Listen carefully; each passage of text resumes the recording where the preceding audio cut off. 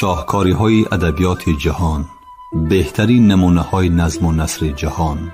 شاهکاری‌های ادبیات جهان، نیروبخش معرفت، شکوفایی شعور و پرتوافشانی فروغ فضل و حکمت در خانه دل شما. از ارمغان معنوی شاهکاری‌های ادبیات جهان بهره‌مند شوید. شاهکاری‌های ادبیات جهان از رادیوی فرهنگ.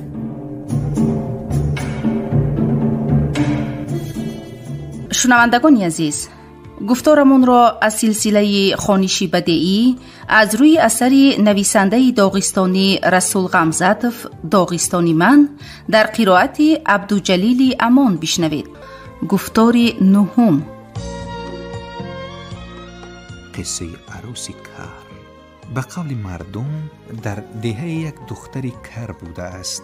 جوانی از اول دیگر کر بودن دختر را ندانسته به خانه او خواستگار می‌فرستد. گپ می‌پزد، توی سر می‌شود، به توی انبوه مردم جمع می‌آیند. عروس نمی‌خواهد که همه توی خورها کری او را پی برند. بنابراین از دوگانش خواهش می‌نماید که دائم در پهلویش نشیند. اگر گپ‌های خنده آور شود دوگانش باید کتف راستی او را پوشد. اگر حکایت غم‌انگیزی حزن آوری شود کتف چپش را.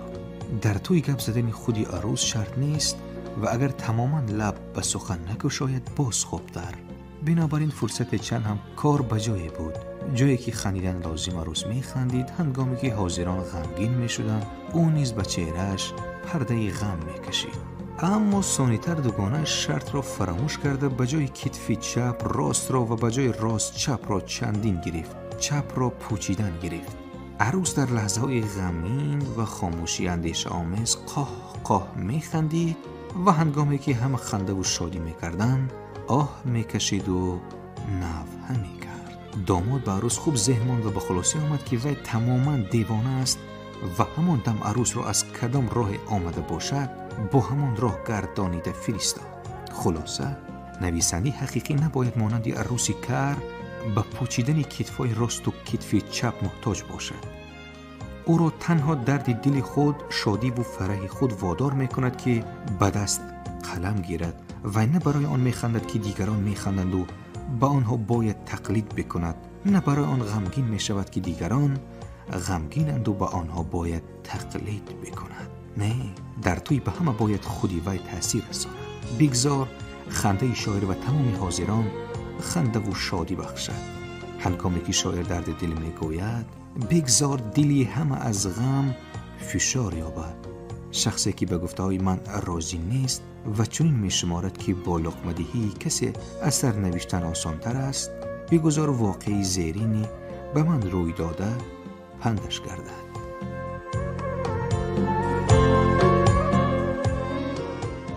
یادداشت: آن وقت من در صنف دوم مکتب ابتدایی قلعه خنزخ می‌خواندم. در یک پرده با من دخترکی کبود چشمکی می نشست که نین نام داشت. دختری معلمه روسی بود.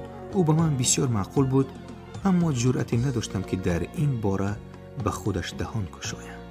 عاقبت خطچه نوشتنی شدم، ولی این هم کاری آسان نبود، زیرا آن وقت من بر روسی هنوز حرف نوشتن نمی توانستم.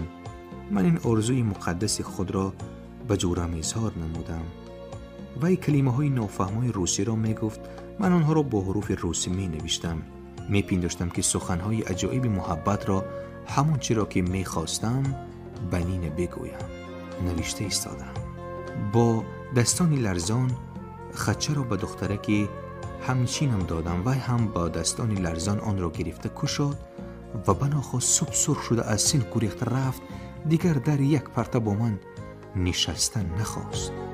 معلوم شد که خطچه من سراپا از سخنهای قبیح و عیب عبارت بوده است. واقعی به یادم می آید من در انستیتوت ادبیات می خواندم و نینه در انستیتوت آموزگاری به نام لینین. یک روزی ماه دکبر او مرا به مهمانی تکلیف کرد. می دانستم که آن روز روزی تولدی اوست.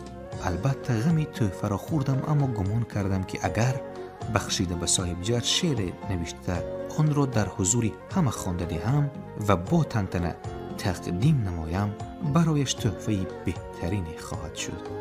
خلاص شعری مبارکبادی نوشتم و از یک شریک درسم که همچون شاعر جوان بود التماس نمودم به روسی ترجمه کند. رفیقم در سری ترجمه آن شعر یک شب دراز مهنت کرد. وقتی که ترجمه را خوانده داد من شعری خود را نشناختم. در آن اظهار ناله‌های ناجایه و آه فغان از دست محبتی ناکام بود، اما یگان چیزی که می‌خواستم به نینه بگویم نبود. اکنون مرا با آسانی فهم کرده نمی‌شد. گرگی باران دیده بودم، بنابراین گفتم خیر میلش، این شعر را روزی تولد محبوبه خودت به او خوانده می‌دهی، چون که این شعری من نیست، از آن توست. باز درباره موضوع مانند ماهی مرده چپه شده در روی آب شنا نمی کند. وی در قعر دریا در جای تیزاب آن در جریان از همه صاف و تیزی آن می شود. آن را در همان جا از مغز گرداب از تک آب باید دست گرفته توانی. آیا قیمت پولی با مهنت زیادی بر دست آمده و پولی تصادفاً از کوچه یافت شده برابر است؟ مردم کوهستان میگویند ممکن است کسی صیدی بسیاری به دست آورد اما همه شغال و خرگوش باشد. آدم یک صید گیرد و روباه باشد، نمیدانی که از کجا آن را به دست میاری. شرط نیست که صیدی بهترین در دره دورترین باشد. یک صیاد آرزو داشته است که روباهی بوری سیاه تا به دست آورد. تمام عمر او در کافت و کاوی چنین روباه کوه و دره ها را سراسر گشته میبراید. وقتی که سال خورده می شود برای دور رفتن قوتش نمی ماند. از این رو در دره نزد ده شکار کرده می گردد. روز روباه بوری سیاه تاب را بدام می افتاند. صیاد از روباه می پرسد تا این وقت کجا بودی؟ من تو را تمام عمر می کابم. من یک عمر در همین درم. جواب می دهد روباه مگر نمی دانی که برای جستجو تمام عمر صرف شود هم برای پیدا کردن یک روز حتی یک لحظه کفایه است؟ آره، در حیات هر یک نویسنده روزی می شود که او خود را خود کشف می نماید، موضوع اساسی خود را می یابد. سپس نویسنده نباید به چنین موضوع بی‌وفایی بکند. اگر بی‌وفایی بکند قصه‌ای با یک شناس من روی داده ممکن است با او نیز روی دهد. اینک درباره پیسه یک شناسم. یک نویسنده داغستانی از حیات کالخاص پیسه نوشت. هرچند اثر در موضوع مهم انشا شده بود، تئاتر آن را قبول نکرد. سبب رد کردنش تماما به اساس بود، یعنی پیسه عموما معقول نشد. شاید به کسی دیگر این سبب اساسنا نماید، اما به خودی درامانویس هرگز نه. درامانویس رنجید، به جای دخلدار عریضه نوشت. همان زمان برای سنجیدن مسئله و دیدن چاره کمیسیه تشکیل شد. در وقت سنجش آشکار گردید که پیسه مضمونی زیرین دارد. 2 بریگاد سرودهای شوخ خوانده برای حاصل بلند گندم بین خود مسابقه میکنند. چون این مضمون به کمیسی پر معقول میشد و پیسه آبی روان بر این میگذشت، اما وضعیت دیگری به میان آمد. همین وقت قرار برآمد که در دشت قمیق بریگادهای خوشبخت محض در آنجا مسابقه کرده حاصل میغون داشتند و جای گندم پخته کاشته شود. در این شرایطی پخته پیسه گندم را به صحنه گذاشتن هیچ ممکن نبود. درامانویس بسیار اندیشه رانده ننشست و در پی از نو کار کردن اثری خود شد. هنوز پخته نوکشت گل نکرده اثر تیار شد. پیسه را باز برای خواندن به تئاتر گرفتند تا آن را خواندند که باز قرار نو برآمد. در قرار گفته می شد که پخته‌کاری در دشت قمیق هنوز از گندم کاری فایده ناکتر نیست، بنابراین جوار مکه کاریدن لازم است. درامانویس مهنتی باز برای دیگر کردن پیسه به سری کار نشست. نمیدانم عاقبت این کار با چه انجام میافت، اما در همین وقت تئاتر سوخت. شناس من از اقبال پستش غضب‌آلود شد و لبی دریا رفته در سری قعر پیسه را به آب هوا داد. حالا آن پیسه به یادش آید، دلش نمی سوزد. قصه پیسه دیگری را هم در آمده گپ حکایت بکنم و مانم. این پیسه را یک ادیب روس نوشته، با آن آدمانی پرجوش و خروش نام گذاشته بود. این پیسه پخته گندم نه بلکه پیسه ماهی بود. حتی ماهی هم نه بلکه در این باره بود. حرکتی هست برای مردم کوهستان را از اولهای قدیمهشان به پایان به جای همواری لب بحر مهاجر کردن. این را به همواری کوچانیدن می نامند. حالا از پسی همین جهتهای این مسئله مرکب نمی شویم. فقط همین قدرش را می گوییم که مردم یک عمر به چاروارداری مشغول کوهستان به همواری فرامدگاه و ماهیدار می شوند. ماهیدار ناعهده‌برا از چوپان خوب چی برتری دارد؟ فهمیدن این مسئله نیز دشوار است، ولی به هر حال در پیسه آدمان پرجوش و خروش محض در این خصوص سخن می‌رود که مردمی از اول دوردست به همواری فرآمده کوهستان چخیل ماهیداری خزر شدند. اشتراکچیان پیسه همه آورها بودند. بنابراین درامانویس اثری نوی خود را به تئاتر آور نشان داد. تئاتر اول پیسه را بیکار کرد. از دست درامانویس چی هم می آمد. به جای وی کسی دیگری می شد. چی کار کردنش را ندانست. مایوس و رو افتاده می گردید. اما در بازی شاهمات هم چنین حالت روی می دهد. سیاها مثلا چنان به تن می آیند که جای رفتن و حتی علاج نفس راست کردن ندارند. در همین لحظه آنها با اسب گشتی عادی ناگهانی می کنند و بازی یک بار رنگی دیگر می گیرد. اکنون سفیدها مجبور می شوند به مدافعه گذرند و هنوز که سری وقت است پایشان را گرفته گریزند. مؤلف آدمان پرجوش و خروش هم در آن وقت چنین گشتی عادی کرد. او نخواست همین نامهای اولی را به نامهای قمیقی عوض نمود و پیسه را به تئاتر قمیق پیشنهاد کرد، اما گشتی اسبم وضعیتی کار را به کرده نتوانست. تئاتر قمیق و صحنه گذاشتن پیسه را که در آن چوپانها ماهیدار می شوند رد نمود. در داغستان ما قوم‌های بسیاری هستند. قهرمانان این پیسه درغی هم شدند، لزگی هم، اما به فکرم ماهیگیری خوب شده نتوانستند. درامانویس پیسه خود را مانند سگی گشنه که در خانه صاحبش خوردنی نیست به درگاه آدمان برآورده سر داد. سگ چندین حوله را دور زده برآمد ولی استخوان پاره هم نیافت. پس از چند سال درامانویس به مسکو به کرسی عالی ادبیات خواندنی رفت. بعدتر به مخچقله آوازه رسید که ماهیداران او به لولیان تبدیل یافتند. پیسه دقت تئاتر لولیان رامن را به خود جلب نموده است. خیریت که عاقبت عروس لنگ به خود شوهره یافت، لیکن این خانه‌داری هم دیر نپایید. اینک من یک بار دو پیسه شناسهایم را به زیر تازیانه تنقید گرفتم. اگر حاضر این گپ ها را از منبری مجلسی نویسندگان می گفتم که ها چون این صداها را با عنوان خود می شنیدم. درباره خودت گپ زن خود تنقید کنی شود. در حق خود چی بگویم؟ من اگر تنها چون این گناه های نویسندگی می داشتم خوشبخت می بودم، ولی من گناهی دارم که در پیش آن گناهی پخت ماهی و دیگر گناهی چندین سال از این پس می شدگی هم هیچ و ناچیزم. در جوانی کاری کردم که آن را به خاطر آوردنم بس پر عذاب است. بعد این دوستانم مرا بسیار سرزنش کردند و همین آن گپ ها برایم جزا بود.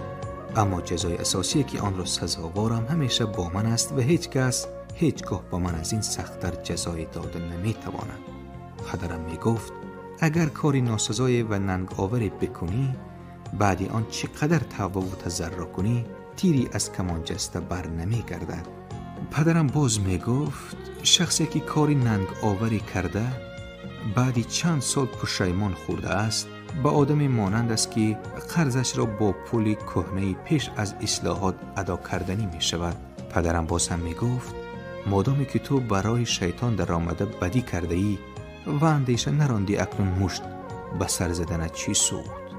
بعد از آن که برزگاوها را دزدیده بردن به دری عاقل قلفی 7 منی زدن، چی در کار؟ همین گپ ها درستند. من هم می دانم مشتی که بعد از جنگ به یاد آید باید به سری خود زد، اما خواننده هایم گاه در این باره نوشته خاطر رسان می کنند و به جراحتم نمک می پوشند. آنها گویا به تیرزی من سنگ پرانده گفتنی می شوند.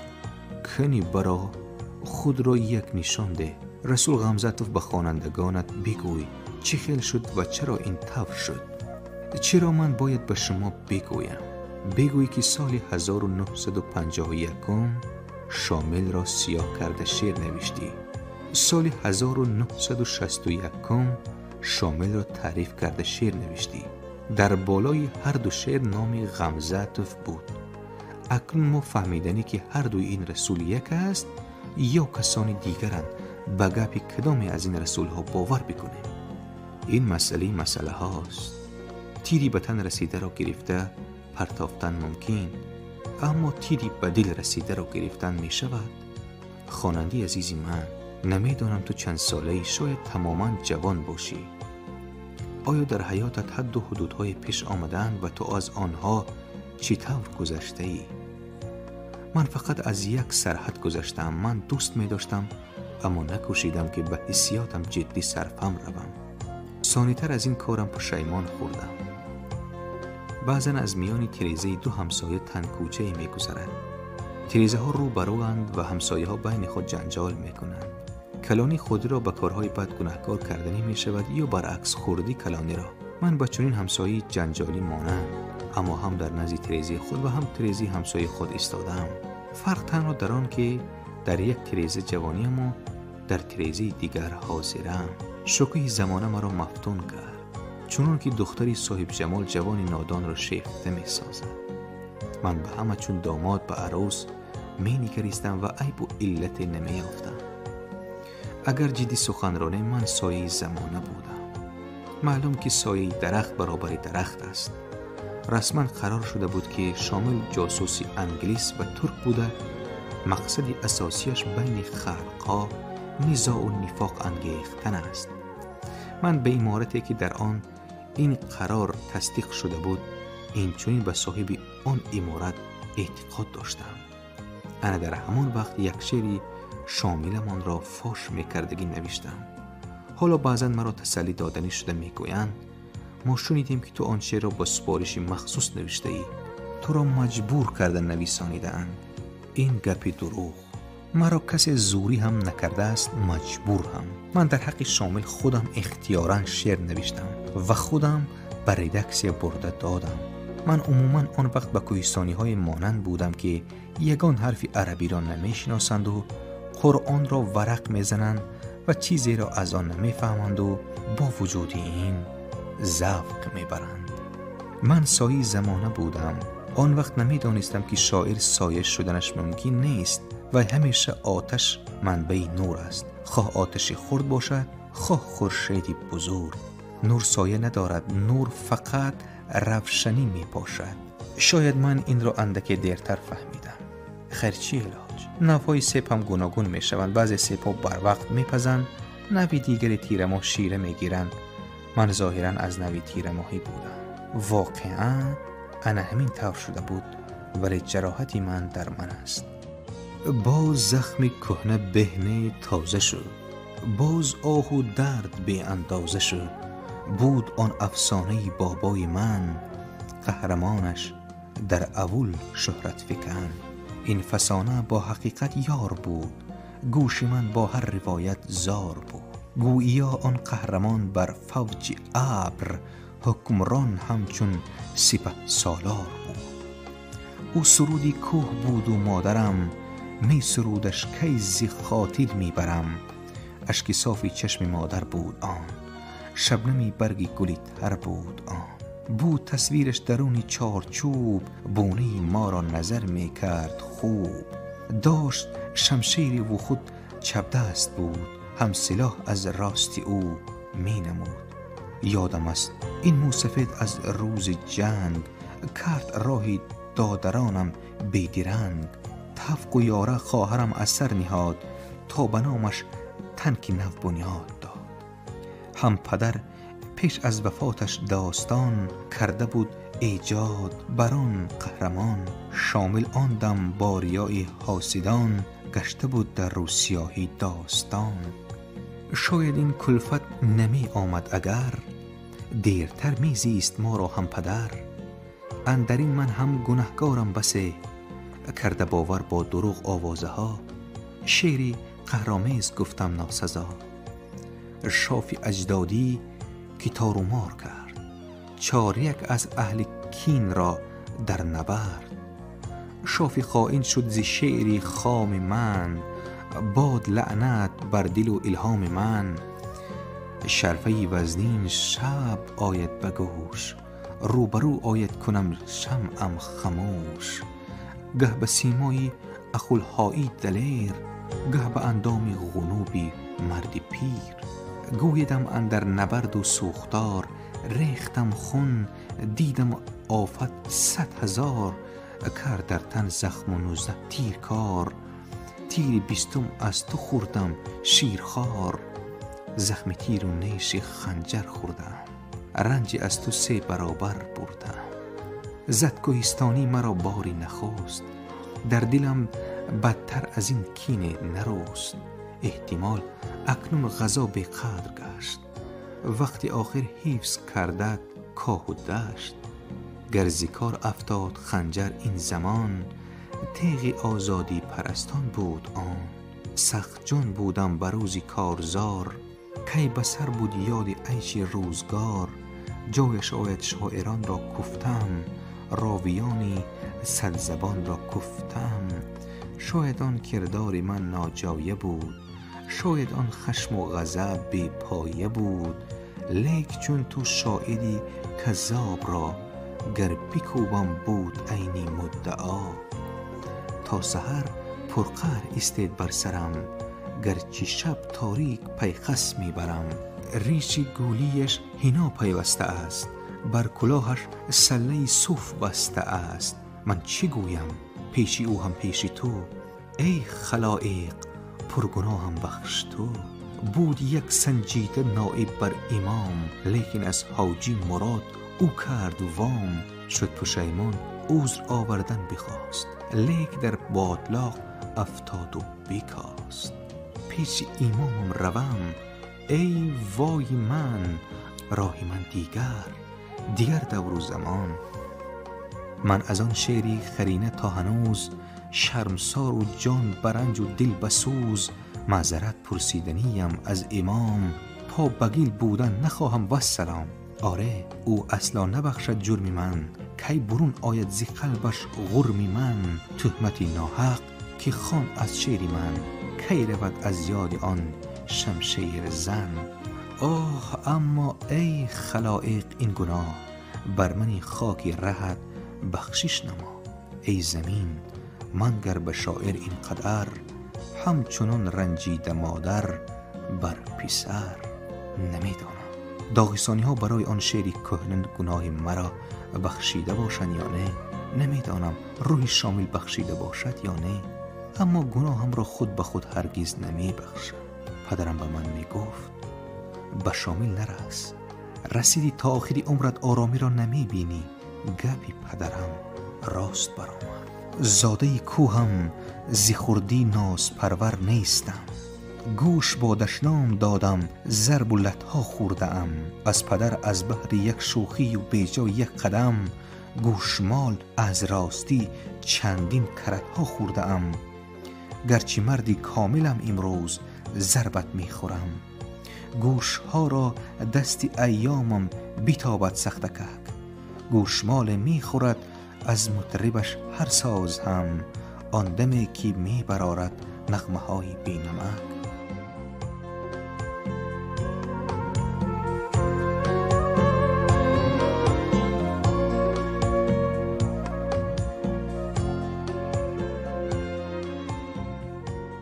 شنوندگان عزیز، یادرس می شویم که شما گفتارمان را از سلسله خوانشی بدیعی از روی اثر نویسنده داغستانی رسول غمزاتوف داغستانی من در قرائت عبدالجلیل امان شنیدید. کارگردان موجیگول یوسفوه. پایان گفتار نهم.